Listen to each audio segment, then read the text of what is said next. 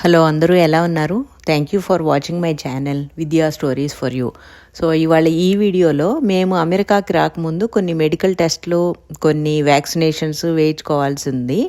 So దానికోసమని మేము Apollo hospital Jubilee హిల్స్కి వచ్చాము. సో అపోలో అంటే ancient Greek and Roman God of light, music, poetry, healing and ప్రొఫెసీ అంట. So బాగుంది కదా, మంచి పేరు పెట్టారు వీళ్ళు. సో ప్రతి ఊర్లో ఒక గుడి, బడి, ఒక హాస్పిటల్ ఉండాలంటారు కదా.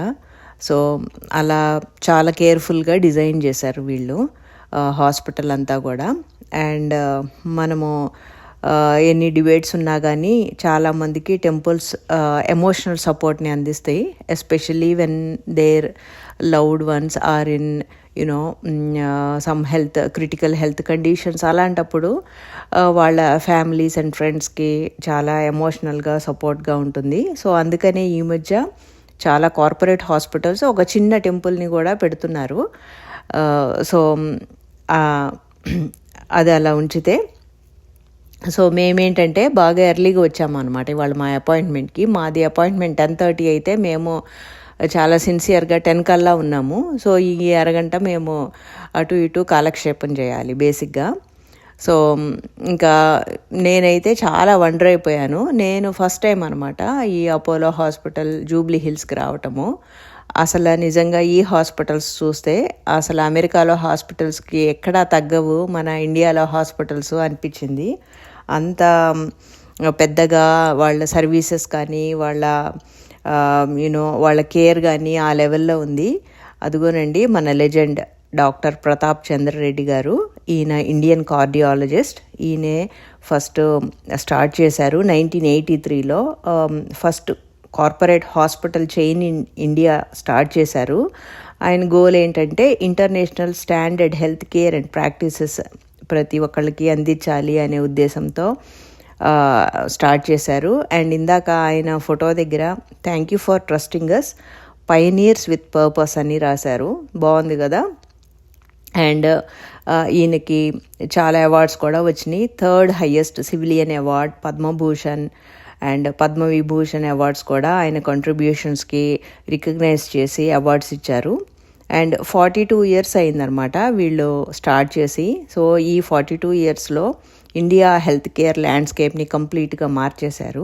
వీళ్ళు ఫస్ట్ హాస్పిటల్ చెన్నైలో పెట్టారు. తర్వాత ఇప్పుడు ఆల్ ఓవర్ ద 9 కంట్రీస్లో ఉన్నాయంట వీళ్ళ హాస్పిటల్స్. అప్రాక్సిమేట్లీ 73 హాస్పిటల్స్ టోటల్ ఉన్నాయంట. సో అన్నీ చాలా గార్డెన్స్ కానీ, పార్కింగ్, ఎనఫ్ పార్కింగ్ అన్నీ చాలా విజనరీగా చాలా బాగా డిజైన్ చేశారు. అండ్ మేము అపాయింట్మెంట్ తీసుకున్నాం కాబట్టి కరెక్ట్గా మీరు అపాయింట్మెంట్ టైంకే రండి, మళ్ళీ మీరు ముందొచ్చినా కానీ మీరు వెయిట్ చేయాల్సి వస్తుందని చెప్పారు. ఇండియాలో మెడికల్ టూరిజం కూడా బాగా పెరిగింది. And approximately 2 million patients every year visit చేస్తున్నారంట ఇండియాకి అదర్ కంట్రీస్ నుండి. అండ్ వాళ్ళకి మెడికల్ అండ్ వెల్నెస్ ట్రీట్మెంట్స్ కోసం వస్తున్నారంట.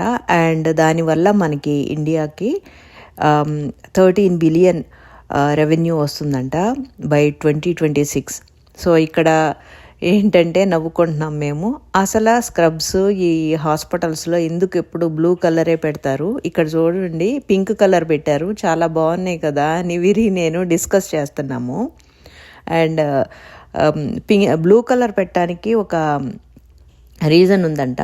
బ్లూ కలర్ ఏంటంటే బేసిక్గా చాలా కామింగ్ ఎఫెక్ట్ అండ్ పేషెంట్స్లో ట్రస్ట్ అనేది క్రియేట్ చేస్తుందంట. అది ఐస్కి కూడా ఈజీగా ఉంటుంది అని చెప్పేసి.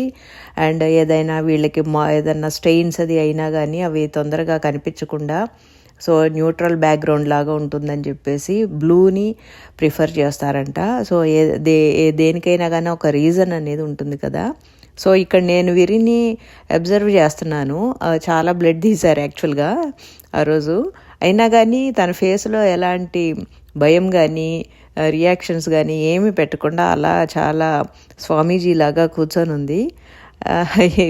ఈ రియాక్షన్స్ వస్తుంటే నాకు వీరి MBBSలో చదివినప్పుడు ఒక ఇన్సిడెంట్ గుర్తొచ్చింది.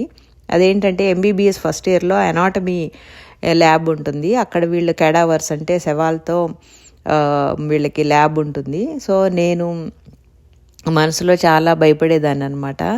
సో కెడావర్స్తో ఎలా చేస్తుందో ఏంటో, తనకేమన్నా భయం అనిపిస్తుందా అని నేను డైరెక్ట్గా అడగకుండా చాలా సటిల్గా ఏంటి అనాటమీ ల్యాబ్ ఎలా ఉంది, ఎలా అనిపిస్తుంది, అది ఇది అని అడుగుతుండేదాన్ని. ఏం లేదు, నార్మల్గానే ఉంది, కాకపోతే క్లోరిన్ వాసన ఎక్కువ ఉంటుంది అని చెప్తా ఉండేది.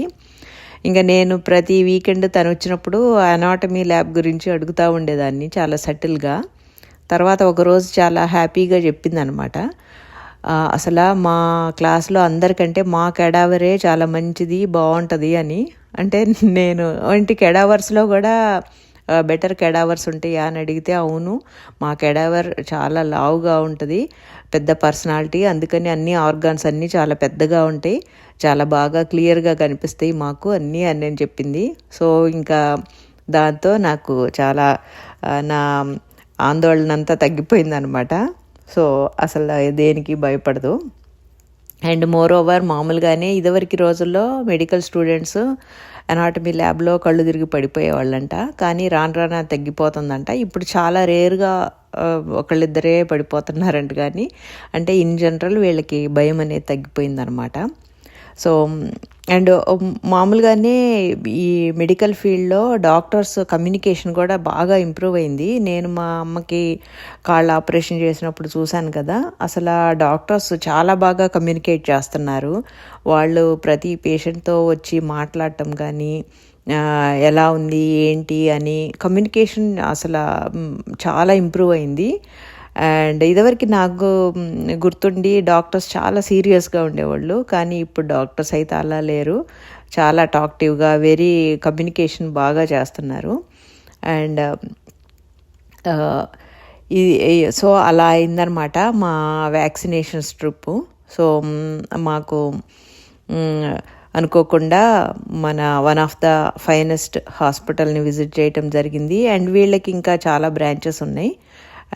నేను వేరే బ్రాంచెస్కి వెళ్ళా, కానీ ఇది మెయిన్ బ్రాంచ్ అనమాట జూబ్లీ హిల్స్లోది.